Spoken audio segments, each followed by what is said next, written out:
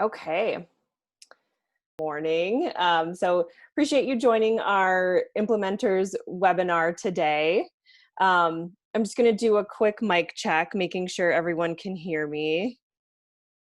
Okay, I got a thumbs up. I'm going to go with that. So my name's Bethany Hendrickson. I am the Nutrition Pantry Program Manager based up in the Bay Area. I'm joined by Leah Quinn, our NPP Program Coordinator. She's waving at you right now. She's based down in San Diego. I just wanted to start with, the other day I was looking at who would be attending the webinar today, and I was realizing that I actually recognize most of your names, and I recognize, nearly all, or I recognize all of the organizations, and, and I was thinking, well, we must have been working together for ages now. And, it really hasn't even been a year since most of you attended our first NPP for implementers training back in August or September. So I don't know if there's, maybe something about a pandemic that makes you feel like, you've lived a lifetime in just a few months. But it was kind of a nice realization that, you are becoming familiar, maybe if not faces, then names, um, uh, and hopefully Leah and I and, Carrie, when she was not on maternity leave and when she's back from maternity leave, are becoming familiar faces to you as well. And then of course the hope is over time, connections can be made, between all of you, between counties, within counties, and this, becomes just another big group of colleagues. So I just wanted to point that out because it was a nice realization as I was prepping for this webinar today. So I'll go on to a little housekeeping. So it seems like everyone is muted. So, if you do chime in to make a comment or chat, which is absolutely fine, just remember to remute yourself. And if you find that you're not muted right now, please mute your mic. We're going to have just a little poll. It should be straightforward how to fill it out. It'll pop up on your screen, and you can choose an option. So if you have any comments, if you have any questions, please put them in the chat box. We will have time at the end of the webinar today for open comments. You're welcome to unmute yourself and we can chat then, or if you want to type in comments, one of us will either try and answer in real time or we'll try and get to it at the end of our webinar today.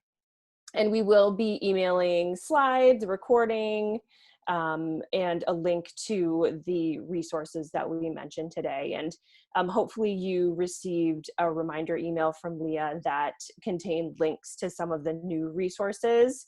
If you didn't get that email with the link, just maybe send a message to one of us and we can forward that on to you. Include your email, please. But you're welcome to pull up those documents as we touch on them today.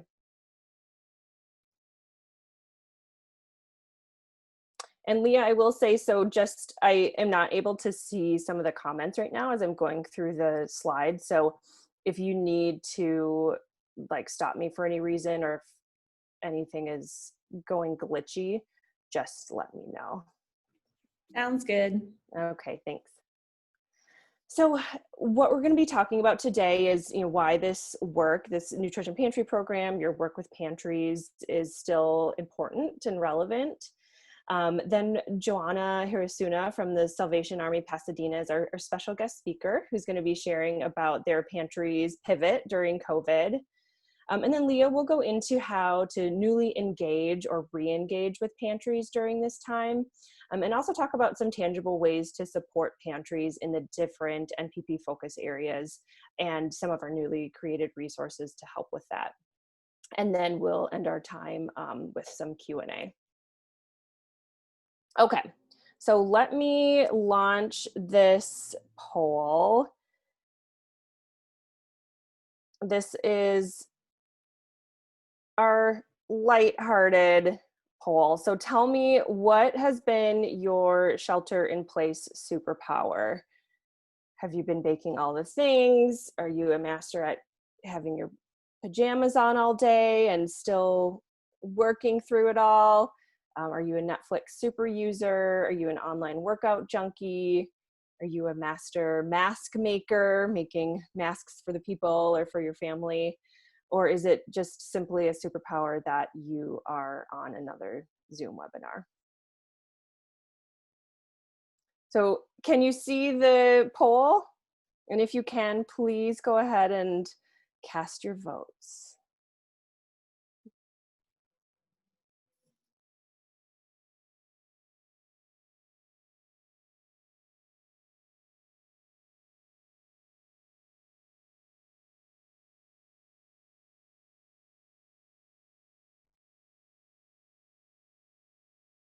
So it's showing me that 0 out of 39 of you have voted. So can you? I can see it on my end, Bethany. Okay. No, I think that happens when there's a couple of hosts. It looks like the vast majority said their superpower is the fact that they're on another Zoom webinar. Oh gosh. Followed by Netflix super user. Okay, great. What if For some it's reason, none of the above? you put in the chat box what your superpower is then. I wasn't able to get to everything. Yeah. All right. Thank you. Yeah. Okay, great. Yeah, for some reason I'm not able to see your responses, but let's see if they, okay, I'm not sure why. Oh wait, share results. Well, it says 0% on everything, but it looks like Leah was able to see some of them. So maybe we'll email that out with our slides at the end to see what your superpowers have been. Okay, so the next thing I want to ask is for you to use the chat box and tell us, what is it that your pantries that you're working with need right now? So what are their biggest needs about 3 months into COVID? Maybe they've changed from their, kind of immediate needs responding to the crisis. What are you hearing now that are your pantry's biggest needs? And it's totally fine to share that you might not know what their needs are right now.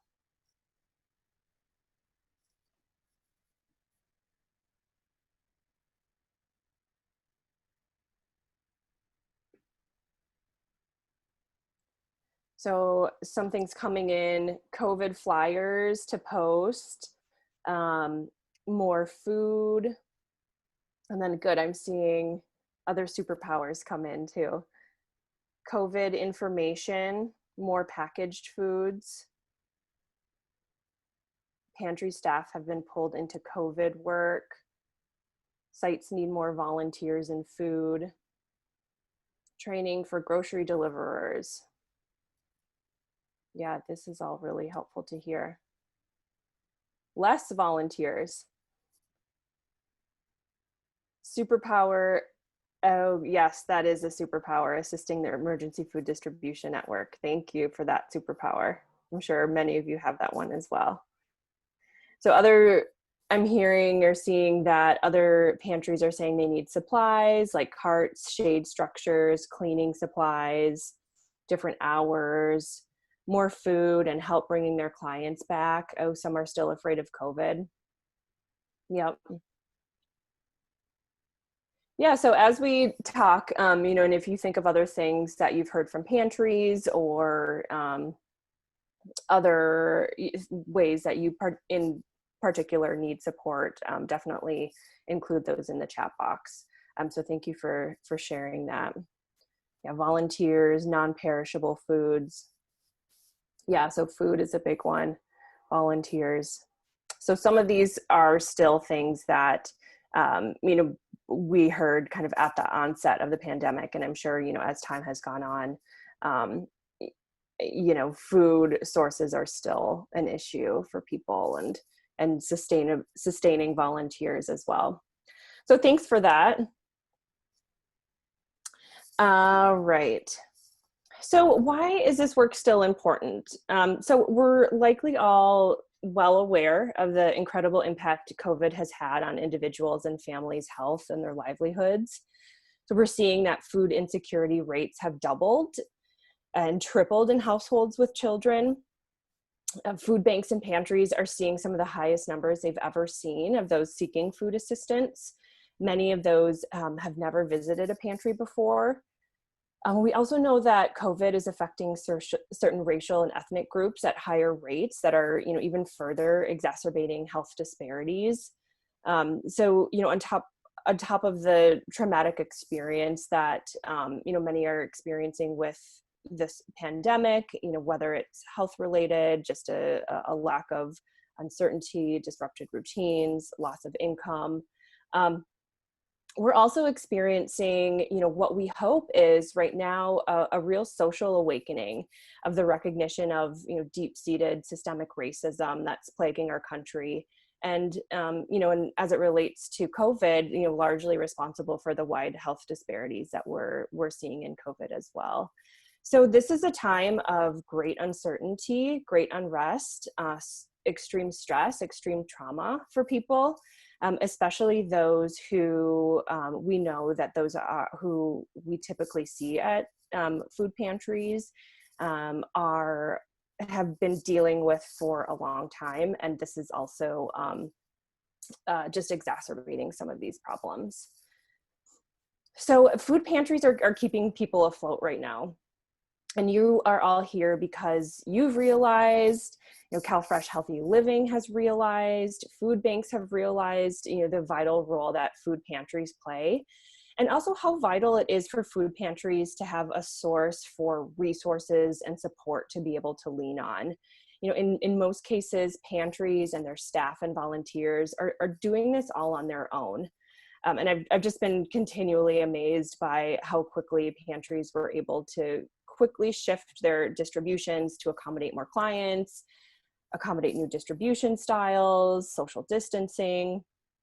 And a lot of these changes will have to remain for the foreseeable future. But as we're in, about 3+ months in, we have a new opportunity to support pantries in creating, what they'd like to be their, next normal. Maybe this is their COVID distribution 2.0. So your work is still vital and still very important. So this is a Nutrition Pantry Program vision slide. It's been around for about 3 years now. And even with COVID, it's still relevant. So I think it's really easy to get caught up in our program activities, our deliverables. But when we focus on the outcome, which is creating client-centered, healthy, connected pantries, this need still exists, and there are ways that we can support pantries in creating this. So you are probably all well familiar with the 6 focus areas of Nutrition Pantry Program.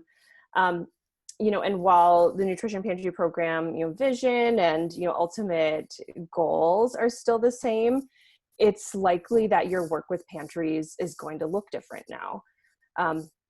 So the 6 focus areas that guide much of NPP are still relevant, but the needs have shifted. So, for example, with environment, before, most pantries are focusing on things like nudges, or signage. Those were typical activities under, the environment focus area. But now a pantry's focus in this area is likely, first ensuring that the physical safety in the environment is met.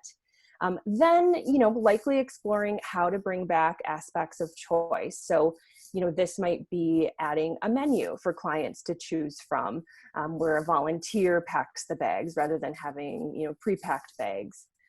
So, that's what choice looks like, maybe in this, 2.0 version, rather than putting produce first or emphasizing nice, displays. The categories are still relevant, just needs and how they're implemented have shifted. I'm sure many of you have thought about this in nutrition education. So, before, for many, this looked like in-person classes. Maybe some even had taste tests, which, just sounds like crazy to think about right now. But the new normal, or the next normal, is, getting creative with online indirect education, or maybe it's the needs for resources on food budgeting are a higher priority now. So Leah's going to be sharing some tangible ways to support pantries in these 6 areas that, that probably look different than what had been on Pantry's work plans, say in February, but still are able to, uphold the values and goals of NPP. So I'm going to pass the mic to Leah to introduce our special guest. And I will stop screen sharing and let you share your screen, Leah. All right, sounds good. Let me.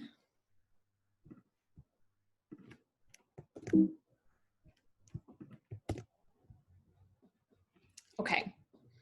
So thanks for that, Bethany. Let me, oops, go back one. There we go. I want to take a few minutes to allow an NPP partner to speak about their experience operating a pantry during COVID. So Joanna Hirasuna from the Salvation Army Pasadena Tabernacle Corps is on the line, and her site serves both families and also a large unhoused population in Pasadena. And Joanna, would you take a moment to tell us a little bit what it's been like to operate your site during COVID and how you've managed to still prioritize a client-centered and dignified distribution? Great. Thank you so much for allowing me to share a little bit of what we've done. I'm sure, like all of you, it's been quite difficult. There's a lot of challenges, but we've been very fortunate to be able to quickly just shift gears. And for a while, it was shifting gears very frequently because we were all, of course, just learning how to make do with the situation. And so we have changed where, first of all, I guess I should say we do kind of 2 programs, like Leah just mentioned. We do the walk-in program for those experiencing homelessness. It's really tailored for those that depend on us for their daily meals, like a sack lunch, some fruits and veggies and some bread, pastries, things like that. But also for some seniors or someone who's kind of trying to just get a couple of extra things to tie them over. Then we also have our what we call a food box, but in reality, it is a full cart of food. So in the past, people used to come in every 3 months, and it was meant to just be a supplement where they would buy, basically get a cart full of groceries, and either they could just not buy groceries for that month, or they could maybe just buy less groceries and that way allocate their funds for other things, as we do not have like assistance of any other sort, like monetary assistance. So when COVID came, we've shifted to doing it every 30 days. And so families can come in on a monthly basis to get an entire cart full of food. We do tailor the amount that we give based on the size of the family. So we do consider whether it's one senior or a family with many children in it. And then we also try and adapt and be flexible in that they can come in, like, let's say midway through their month of coming, and also coming to get perishables, because we understand that like the lettuce and other vegetables, milk, eggs, things like that may not last in the entire month. So we've also been more flexible, and they can come in for perishables as well. We've been able to do that in large part because we had some funding to be able to purchase. We reached out to a lot of organizations that had foundations that had grants available. So we've been very fortunate to have the means to be able to do that. And then just also we've done food drives as well, like drive-through food drives that has allowed us to increase the food that we have. And we've definitely had a lot of new families, like Bethany said, that have never ever received food from us and never thought that they were going to need us for food. And they've come in and they weren't sure what to do. They were, kind of embarrassed at some points. And we really, I think, did as best we could to kind of normalize that and just give them a little bit of hope and be like, it's okay. Everyone's struggling. There's no problem in you coming in. And then, of course, also giving them a little bit of that hope And even more importantly, making it very dignifying, that when they came, it's not just like, here's this box of what you're getting, but rather taking into consideration what their dietary needs may be, or asking them you know, do you need anything in particular? And so we've kind of reduced a little bit of what we pre-bag so that we can give a little more of what they really need. So there are still some essential items. Our food bank still gives us what's called an EPAP kit, or the USDA commodity in a box. And so they get those items, but then we do ask them, you know, maybe you need some cooking oil or some flour or some sugar. And so we try to include those things as much as we can, so that we, like I said, are making this just a very dignified process, and that they're getting their needs met. There's a lot of changes that we've done also by just not assuming that people want certain things and asking as much as we can. It certainly is challenging, and you would think that it would take a lot longer, but sometimes it does not. It's actually been a pretty smooth process for us to do that. I'll share a quick story that I shared with Leah that's been kind of one of the highlights, but there's so many more. And one was a family that I had a couple of weeks ago that came in, and she was expecting that all she was going to get from us was like produce and, you know, just fruits, vegetables, things like that, because she shared that she is vegan, her children are vegan, her whole family is. She's been vegan for, you know, pretty much most of her life, and she understood that it might be challenging for her to get certain items. So all she wanted was fruits and vegetables if possible. And surprisingly, about a couple of days prior to that, we've just gotten a lot of tofu and that like impossible and meats and things that are vegan friendly. And of course, it took us a little bit longer to kind of look at some of the items and ingredients on stuff, but we were just, I mean, the volunteer and I who packed, I think we were happier than the person who had come in to pick up food, because we just felt really good about, you know, giving her this really large cart of food with food that her family could really eat, and that they weren't going to have to give away half of it. And, you know, it's interesting the amount of things that we do get that are vegan these days. And we had vegan mayonnaise and vegan butter and like I said, different vegan products. And so it was just really nice to do that. And I think those kind of those little things are what really give people that hope and that extra dignity, and that has made it so worthwhile. There's definitely challenges that we're still experiencing, like I'm sure most of you are, but I'm really just here to say and encourage you that it's doable. I definitely thought like it's going to take a lot more effort, but I think now, after, I believe it or not, we're in 14th week of COVID mode, and we've kind of developed a system that works. And there's still kinks on, that we need to work out, but for the most part, I feel very proud in what we've been able to do in Shift. We have completely different volunteers based on you know, everything that happened. And before, most of our volunteers were older and they had to stay at home to be safe, but now we have new volunteers, we have a new system in place. And if there's any questions, I'd be happy to answer. And just like I said, I just really want to give you guys any advice that you want, or just support, and that you guys can do it, and keep up the great work. I think it's amazing that there's so many pantries out there meeting the need of so many people. So. Thank you so much, Joanna. Does anyone have a question for Joanna before she jumps off the line? She has a busy pantry day ahead.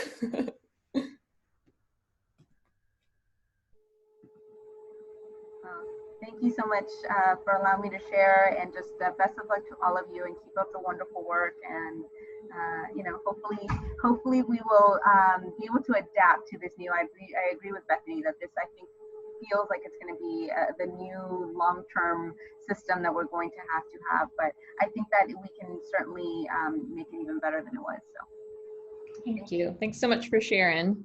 You're welcome. Thank you. Oh, Joanna, right before you jump off, we did get a question. So do you have volunteers that deliver to those who are quarantined, and do they drop off foods at their door? Oh, thank you. That's a wonderful question. I mean, there's so much I could share, but yes, we actually developed a partnership, and we are in the process of developing one more with a local nonprofit who has the means to deliver. So they have the staffing that can do it. And so we now develop a partnership that they take referrals as well as we do, and we coordinate and we will pack the food the morning of, and they come pick it up from our pantry and deliver it to the door of the family contactless. They just call them up and say, hey, the food's at your front door, please take it in. Right now, we're also in the process of doing the same with another local nonprofit that basically just has a lot of volunteers, and we're going to be able to add more deliveries to our daily delivery program, and make sure that we're primarily targeting seniors, families without transportation, and then we've had also several where there's been a member in the family who's had a positive COVID test and therefore need to quarantine themselves for 2 weeks. So.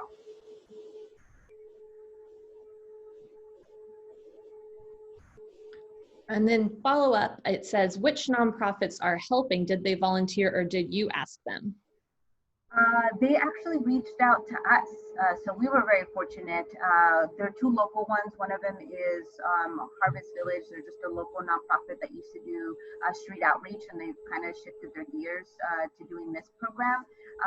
They were working with the public health department here in our city of Pasadena. And then the other one, we're in Pasadena, so there's a Tournament of Roses that has a very large volunteer group. And so that's who reached out to us saying, we have lots of volunteers and we need more projects. And so that's how we got going. But I certainly would encourage you to look at what volunteer groups are out there. There's so many that are accustomed to doing multiple projects a month. And so right now, of course, those opportunities may not be there. So certainly like your Rotary clubs, your Lions clubs, those I would highly encourage to reach out, because you really can do it in a way that is contact free or very reduced contact even when they pick up the food from you. And so that might be a good way for them to feel like they're doing something without really exposing themselves. Great. Thank you so much. And in the just with the idea of that we only have so much time, I'll go ahead and let you go, but thank you for sharing your story with us. Thank you so much. Bye, everyone. Bye. All righty. So we have here Sandra Bloom's SELF model. And SELF is an acronym that represents 4 key aspects to recovery from bad experiences. So S, E, L, and then F. This provides us with a nonlinear and cognitive behavioral therapeutic approach for facilitating movement and emphasizes creating a safe space, recognizing emotions, learning to let go, and looking to the future. And this is a really helpful model for processing change, and we use it a lot at Leah's Pantry. So many of you on this call are public health professionals in the year 2020, so it's fairly safe to say that you've experienced great personal and professional change in the last few months. Many of our clients have also experienced a great deal of change and unprecedented challenges and stress.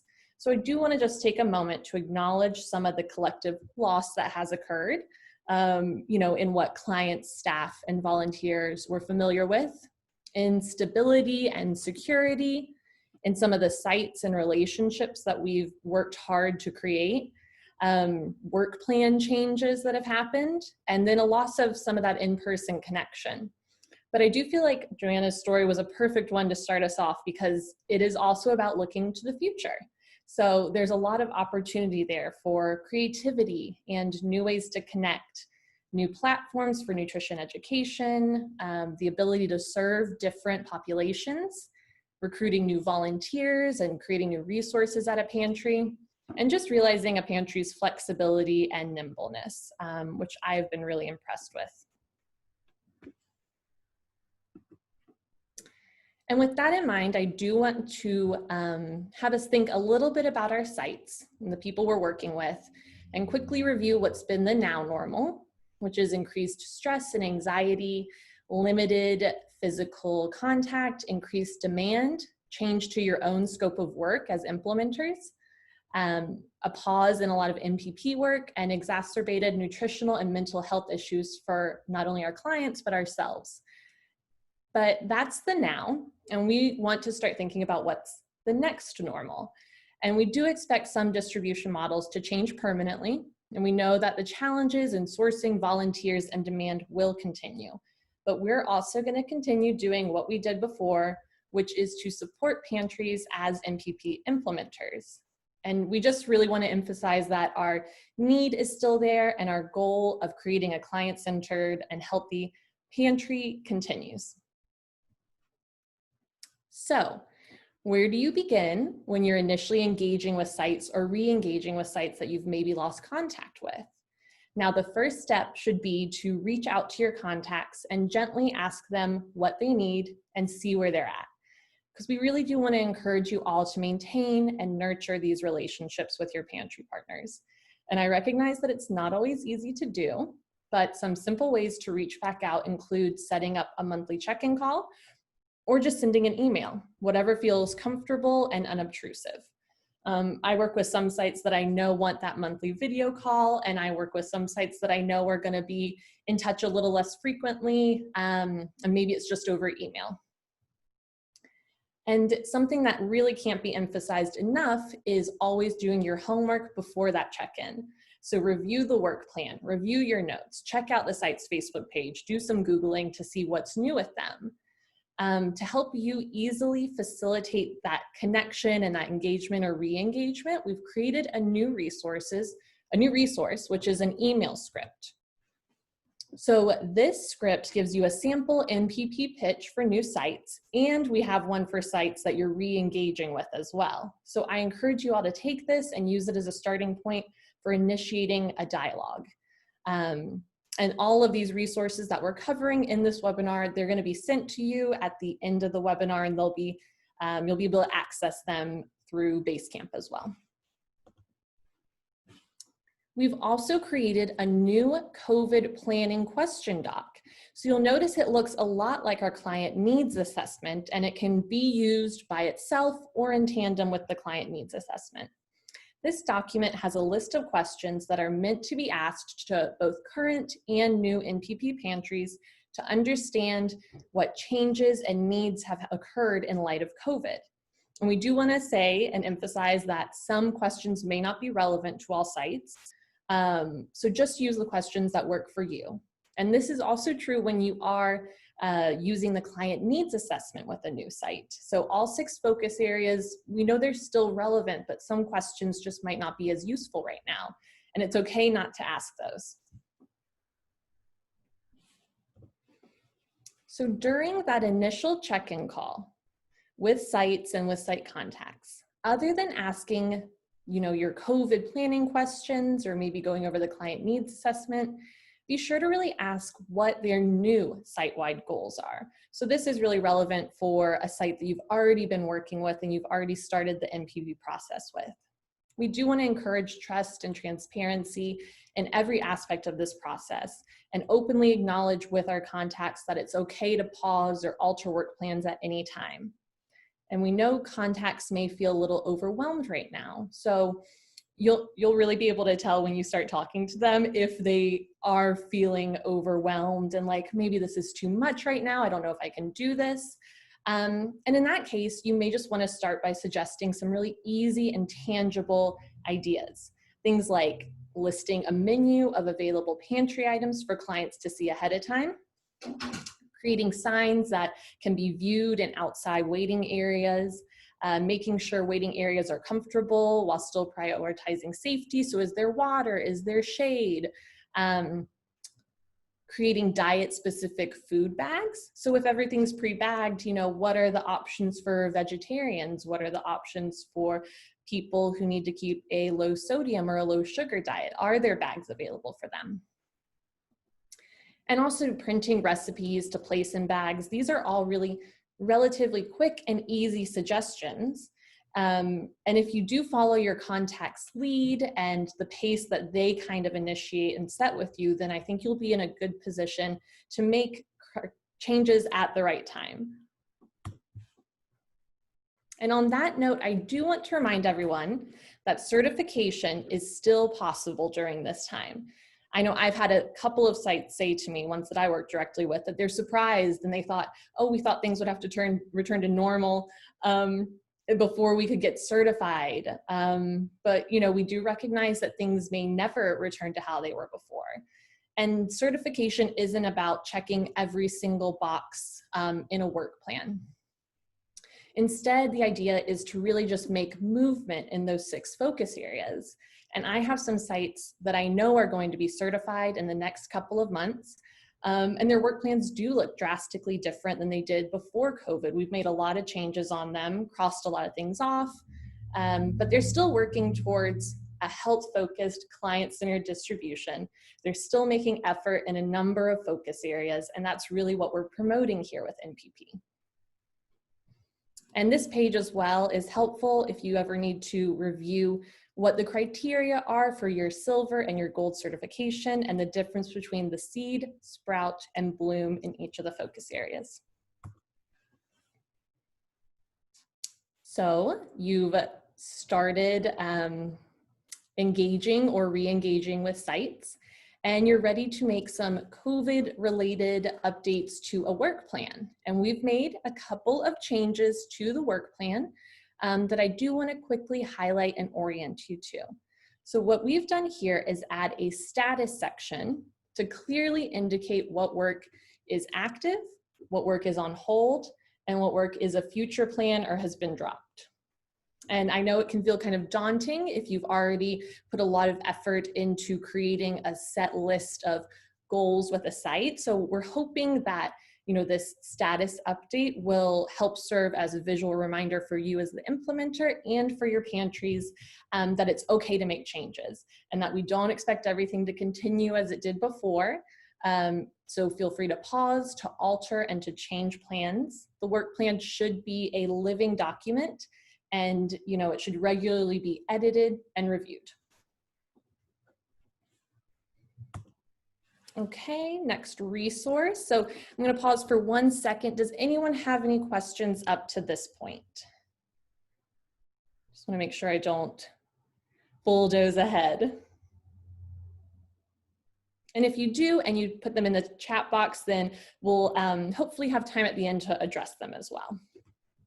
So the next resource that I do want to draw your attention to, it's another updated resource, is the Leading Practices document. So for those of you who aren't as familiar yet, the Leading Practices document is basically your one-stop shop to best practices and guidance in every NPP focus area. And I did want to take the moment to actually open it up for you. So this is our Leading Practices document. We've made updates in every focus area, and any update in resources you'll now see is in this eggplant color here. One great thing that I think you'll appreciate that we've done is also add photos to all the different focus areas so you can see what some of these best practices look like in action at a pantry. And then the big update as well is at the very bottom of the Leading Practices document, scroll down to it for you, is now we have these COVID-19 leading practices. So this is a compilation of all of our related resources that will help you guide a pantry specifically through this COVID-19 time. And we've made recommendations in all 6 of the focus areas, plus, you know, being client-centered. So I really do encourage everyone who's working with a site to bookmark this document or save it on your computer, because it is extremely helpful and it's a great resource for all of your NPP work.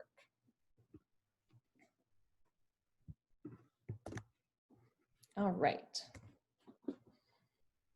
So now I want to talk about some examples of specific actions that you can and should take to support your sites right now. So first, I want to direct you to the client-centered portion of NPP. Client-centered feedback is really a core component of our work, and where you might previously have been handing out one of our longer surveys or been collecting feedback through the marble jar method, you can now suggest to your site that they get feedback through things like virtual platforms, like social media polls. I also know it's been successful to set up a feedback email or voicemail for a pantry and ask clients, hey, just send feedback directly to that source and we'll be sure to get back to you. And I know some sites I've spoken to still say that their best method for attaining feedback is just talking directly to clients, which is great. But then I've asked, oh, do you want to hold a debriefing at the end of a volunteer shift where everyone can talk together about what they've heard? We've also created a new shorter survey. So this is another new resource that we'll be sending to you. And this survey just really incorporates questions that are relevant to the current climate at pantries. And it might not be appropriate to print the survey out and hand it out and expect people to bring it back, but maybe it could also be used as conversation starters. So maybe suggest to your site that they choose one survey question for every distribution. And when they're having those interactions with clients, they can verbally ask that specific question. The volunteers can come together at the end of a shift and discuss what they heard. And we really want to emphasize that client voice and incorporating client voice doesn't and shouldn't stop just because distribution models have changed. One other major shift we've seen in pantries is a move towards virtual outreach through newsletters, videos, websites, and social media. And so why should we as implementers encourage a site's move to the digital sphere? Well, during this time of social and physical isolation, the internet really is a great avenue for connection and also education. Another new document that we've created is a NPP social media or digital toolkit. I do also want to quickly show it to you so you're familiar with what it looks like. So our digital toolkit gives recommendations on social media basics, good channels to use, talks about hashtags, how to grow your following, gives some good examples of what our partners are doing. And it also has links to a lot of our resources that are easy to incorporate in your nutrition ed or your pantry outreach. So this document could be sent directly to a pantry, or you as an implementer might get a lot of use out of it as well. And then one cool thing we've done is actually create a bunch of graphics that you can click on this link here, and you'll be able to access and download them all, or your pantry can. They can update these graphics with their own messaging, their own photos, and their own logo. So it's already taken a lot of the work of creating a great kind of communications toolkit, and we've done it for you, or we've done it for the sites. It incorporates not just kind of operations, but also asking for volunteers or asking for specific items. And then a lot of nutrition messaging as well. So this, I think, will be really useful, especially in this day and age when a lot of pantries are relying on getting word out and communicating updates via their social media. And additionally, the California Department of Public Health has issued guidance around approved activities relevant to your CalFresh Healthy Living internal work plan. And these activities have been highlighted with an asterisk throughout this webinar. And we're also linking the CalFresh Healthy Living social media content document that you can review and share with your sites as well. So another CalFresh Healthy Living approved activity is to create online activities for participants using approved curriculum. And at Leah's Pantry, we recently hosted a 3-part webinar on virtual direct education during COVID, aimed specifically at CalFresh Healthy Living staff. We'll be sending the links to that webinar in our follow-up email, and I really encourage anyone interested in learning more about virtual direct ed to watch the recordings of those webinars. And I think you'll really get inspired to create great content in the digital sphere. I want to highlight some other CalFresh Healthy Living approved activities that you can do at your pantry site. So we've seen a surge in the need for networking and resources. And I know a lot of implementers have already had some great success in organizing or creating local food resource lists for sites during COVID. This is a great thing to do for your sites. It supports the community connections focus area of NPP, and it's a CalFresh Healthy Living approved activity. And some specific resources you can highlight are summer school meals, other distributions in the area, CalFresh sign up and resources, and WIC as well. And then finally, I do want to take a moment to speak about the rise in the need for policies and procedures within pantries. So this is one of our focus areas, and I think it's historically been a lower priority for pantries and implementers too, because I think it's easy to forget about this area and it doesn't have the immediate wow factor that some of our environmental interventions do. But during COVID, the need for organization and policy has become really clear. And now I'm often getting requests from my sites that say they really do want to focus on creating policies and procedures, and it's a big priority for them. So don't limit yourself to just suggesting a pantry handbook. Think about, is your site onboarding a lot of new volunteers right now? Could it be helpful for you to help them create a volunteer handbook or put together a respect and dignity policy that could be posted all around their site? COVID has also shown our entire country how quickly disaster can strike. So does your pantry have an emergency response policy in place, and have they been documenting their response to COVID? We are in the process of creating an emergency response policy template, and we'll of course let you all know as soon as that is ready to be used with sites. It shouldn't be too long until that's ready to go. And then also think, nutrition policies. They're really helpful when dealing with a lot of new donors, because you can send it out or hand it out or email it out and say, we really request donations that support our nutrition policy, and you can ask for specific types of food that way. And then finally, I think a really important policy that you can help a pantry create, if they don't already have it in place, is a homebound policy. So for those who aren't familiar, this would allow a family to pick up food on behalf of one other family who can't make the distribution themselves.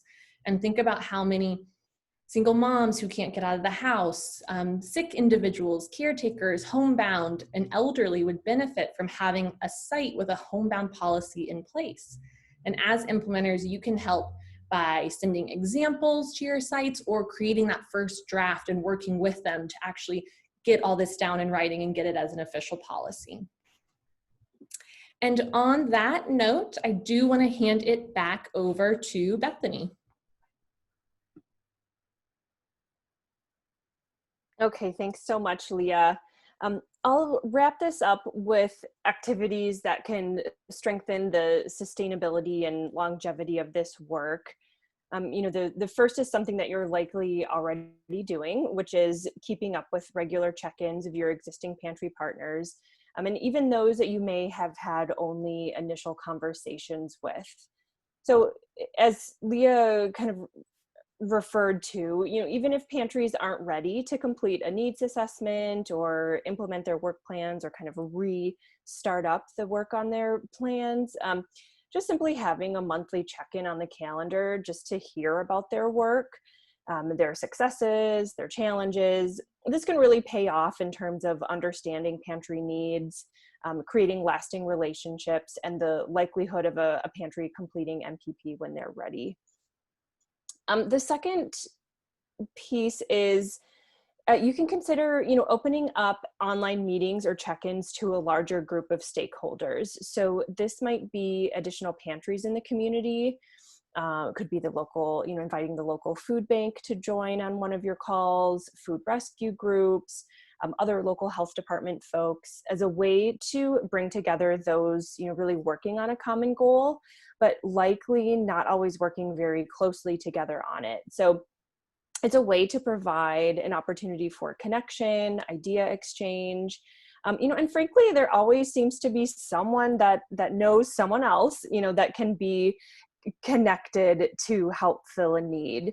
So just being the person or implementer to facilitate some of those online meetings with stakeholders, can pay off in being able to find resources for your pantry partners, and really work on that collaborative or that collaboration. And with CalFresh Healthy Living folks, you do have the benefit of being able to take a longer term view. So you do have a 3-year plan.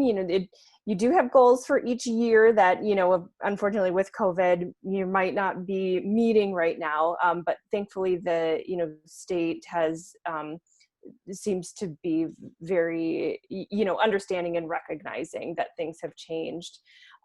But, just having this longer term view is a helpful way to really think of, year one as an opportunity to build connections and strong relationships that will, hopefully carry on for the subsequent years.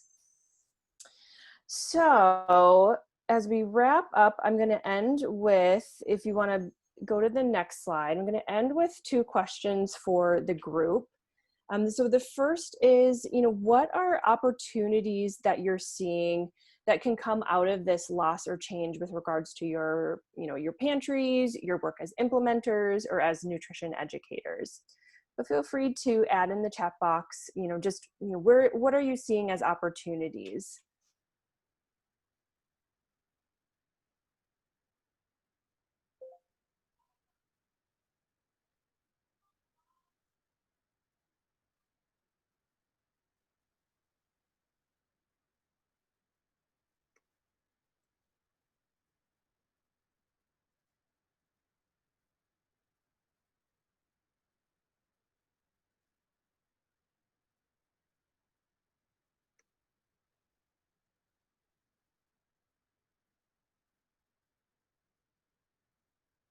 Yeah, so I'm seeing, opportunities to connect with local agencies, people that you may not have normally reached out to, food rescue, reaching a broader audience through online platforms. Yes, definitely. Classes that may have, only had in-person classes that may have only had, 8 or 10 people in, can definitely reach a broader number of people.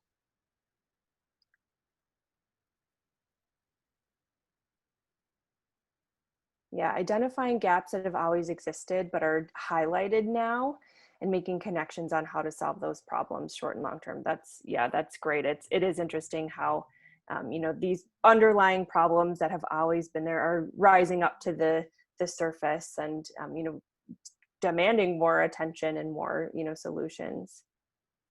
So these are great examples. Better prepared for emergencies or needs to pivot quickly, establish policy systems, collaboration, reaching more community members, new ways to deliver nutrition education, reaching out to more people through virtual classes.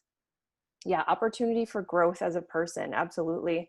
Seeing other ways to effectively provide current and accurate information, right? Seeking to understand others. Yeah, this is, really, really good stuff. New ways to work with partners. Great. Being more resilient. Yeah. That has been a great personal lesson, as well as, a really welcome surprise with a lot of our partners, just the resilience that they've shown, their ability to be flexible and pivot. Increased desire to communicate from the pantries. They've been isolated just as we have, and now appreciate our contact more. Thank you so much for bringing that up. And I think we'll be seeing more and more of that, out as pantries come out of that, kind of fire, putting out the fire mode that the early months felt like. I think we'll be seeing more and more of that. The welcome to kind of you put their head up and connect with others. You guys are on fire. Available to pantry managers, assist them through these times, even if they just need to vent or brainstorm. Yeah, it is hard to, we do have, many of you have these outcomes that you want to meet on your plans, but one of the best, ways of support is just being a sounding board, being someone to brainstorm with. Great. Yeah, how to handle situational problems, how to critically think of solutions. Thank you so much for sharing all of this. I think others are feeling a lot of these things too. And then my last question for the group, what are remaining barriers to accomplishing your work? What are still some sticking points for all of you?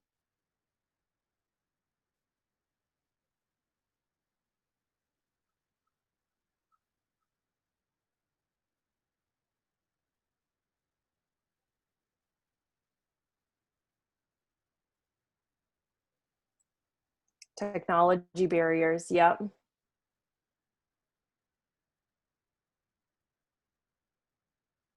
Yeah, frankly, both I'm hearing from many people and experiencing it myself, just having to work from home rather than in the office, all of the, like the faster internet, many people don't have video on their work computers or that they've brought home or on their personal computers. And then, not to mention, clients that we're trying to reach via virtual education.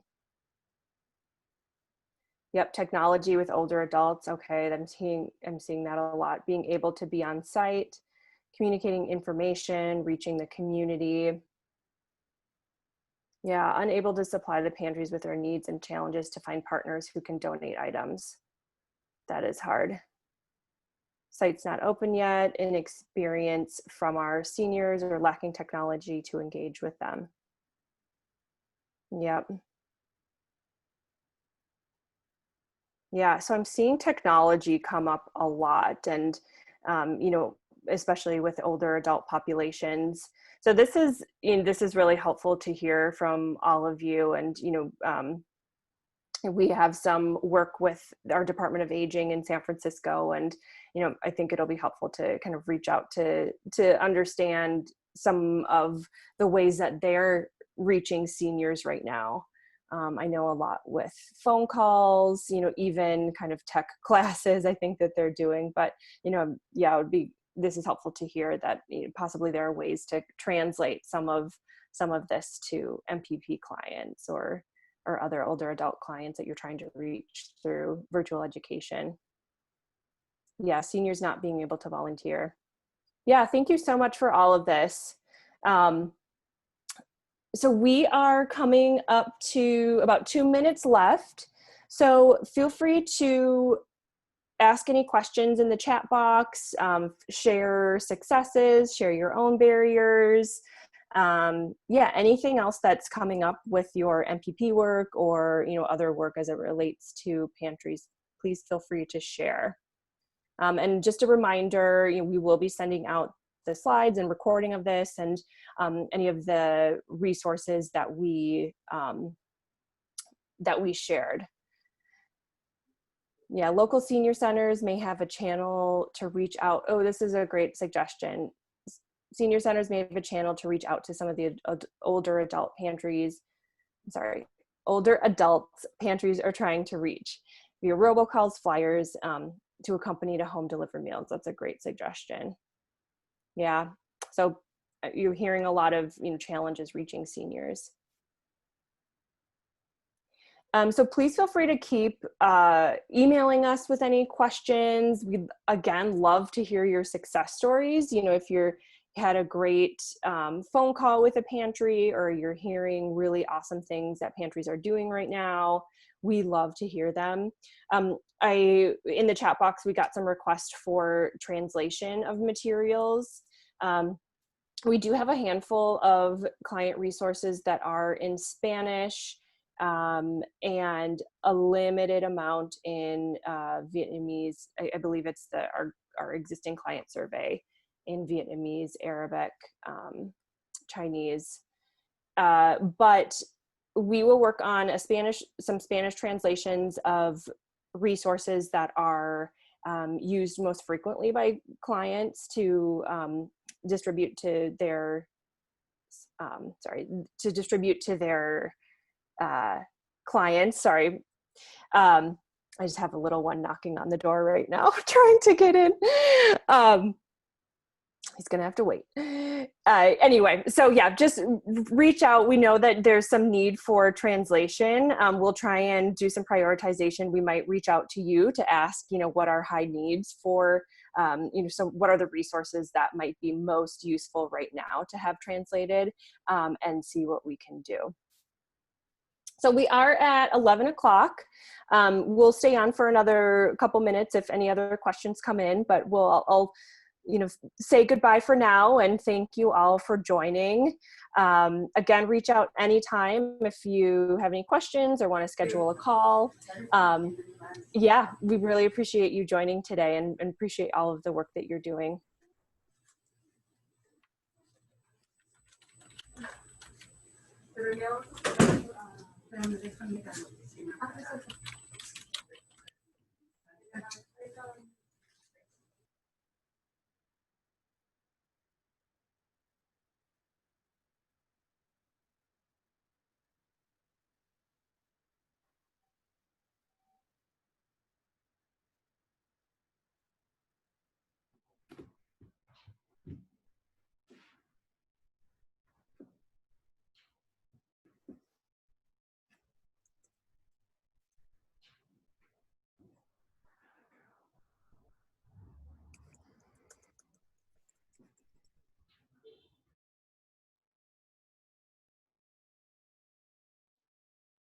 Okay, so we will close it out, and if anyone else has questions, just feel free to email us. Have a great day.